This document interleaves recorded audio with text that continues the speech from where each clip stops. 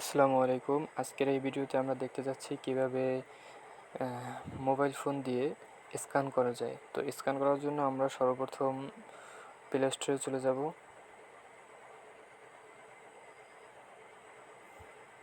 Play স্টোরে এসে play store থেকে একটা অ্যাপস ডাউনলোড করব, যে অ্যাপসটার নাম হলো ক্যামস্ক্যানার।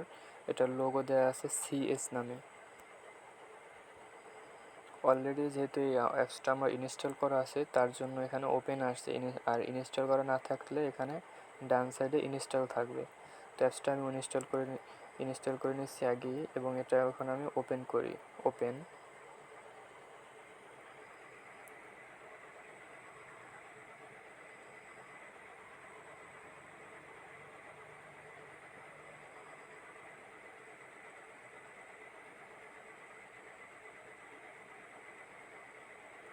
ওকে, অ্যাপসটা ইনস্টল হয়েছে।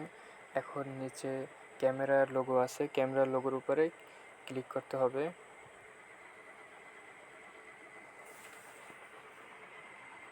এখন আমি যেই আমার পৃষ্ঠাটা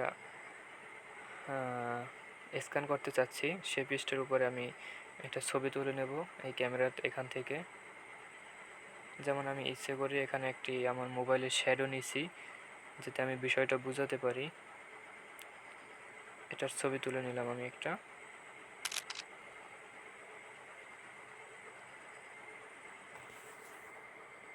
ওকে, ছবি তোলার পরে দেখা যাচ্ছে এখানে আলাদা একটা রেশিও আছে, যে ওরা ইচ্ছে মতোই একটা জায়গা নিয়ে নিছে, যেটা মনে করছে যে পৃষ্ঠা। এখান থেকে এতটুকু নেই এবং এখান থেকে এতটুকু। দেন এটাকে নেক্সট করে দেই। আচ্ছা, নেক্সট করার সাথে সাথে দেখতে পাচ্ছেন যে জাদুর মতো এটা একদম ক্লিয়ার হয়ে গেছে।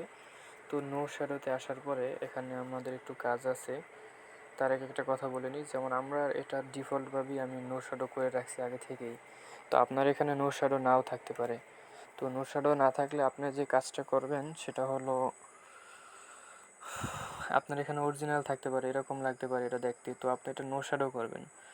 নো শ্যাডো করার পরে আপনার এখানে এসে দেখবেন যে ব্রাইটনেসে কত আছে। যেমন আমার ব্রাইটনেস যদি এর থেকে বাড়াই, তো আমার মূল যে ডিটেলস সেটা চলে যাচ্ছে। এই জন্য আমি এটা 40 পর্যন্ত রাখলাম, এবং কন্ট্রাস্ট এইটা 30 পর্যন্ত। যেমন 30-এর বেশি দিলে কয়টা ভালো লাগতেছে না, লালটা দেখা যাচ্ছে না, এই জন্য আমি এটা 30 রাখলাম। দেন এখানে টিক মার্কের চিহ্ন দিয়ে দিলাম, একটা টিক মার্ক করে দিলাম, এবং এটাকেও একটা টিক মার্ক করে দিলাম।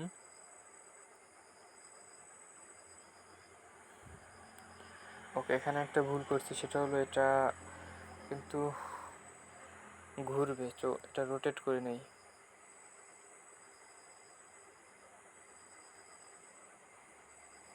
ওকে, এবার ঠিক আছে।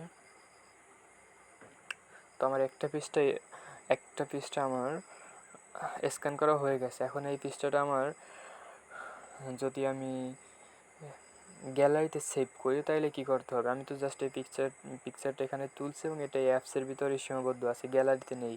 তো গ্যালারিতে নেওয়ার জন্য এটাকে লং প্রেস করে চেপে ধরতে হবে। তারপরে নিচে লেখা আছে save two gallery. Save two gallery করতে হবে। সেভ টু গ্যালারি করলে এটা গ্যালারিতে চলে গেছে। দেন আমরা গ্যালারিতে গিয়ে ছবিটা একটু দেখে আসি। এই যে গ্যালারিতে আসলাম, যেমন এখন আমরা দেখতে পাচ্ছি যে আমার ছবিটা চলে আসছে, এবং এটা যদি আমি একটু জুম করি, জুম করলে দেখা যাবে খুব ক্লিয়ার চলে আসছে। আমি ইচ্ছা করলে এটা এখন প্রিন্টও দিতে পারি, বা আমার চাইলে আমার কোনো ফ্রেন্ডের সাথে শেয়ার করতে পারি ছবিটা। আচ্ছা, আমি যদি এখন এই ছবিটা কোনো ফ্রেন্ডের সাথে শেয়ার করি, সেটা কীভাবে করব? সেন্ড অপশনে গিয়ে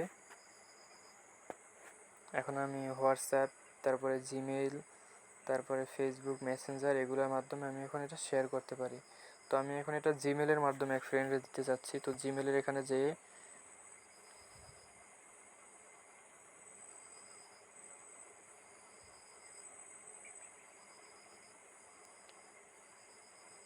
যেখানে টু লেখা আছে, এখানে তার অ্যাড্রেসটা টাইপ করে, যেমন আমি যদি এখন আইটি স্কুল লিখি, আইটি স্কুল অফিসিয়াল, এটা চলে আসছে। দেন আমি এটাকে সাবজেক্ট দিই টেন্স,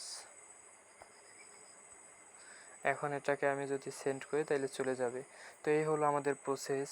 তো আশা করি এই ভিডিওটা সবার ভালো লেগেছে এবং কীভাবে আমরা ফোন থেকে স্ক্যান করব সেটা আমরা এই ভিডিওর মাধ্যমে শিখে গেলাম। তো এই ভিডিওটা যদি সত্যি হেল্পফুল হয়ে থাকে তো অবশ্যই একটি ভিডিওতে লাইক দেবেন এবং আমাদের চ্যানেলটি যদি সাবস্ক্রাইব না করে থাকে তাহলে অবশ্যই সাবস্ক্রাইব করে বেল আইকন বাজিয়ে দিয়ে আমাদের সঙ্গেই থাকবেন। ধন্যবাদ সকলকে।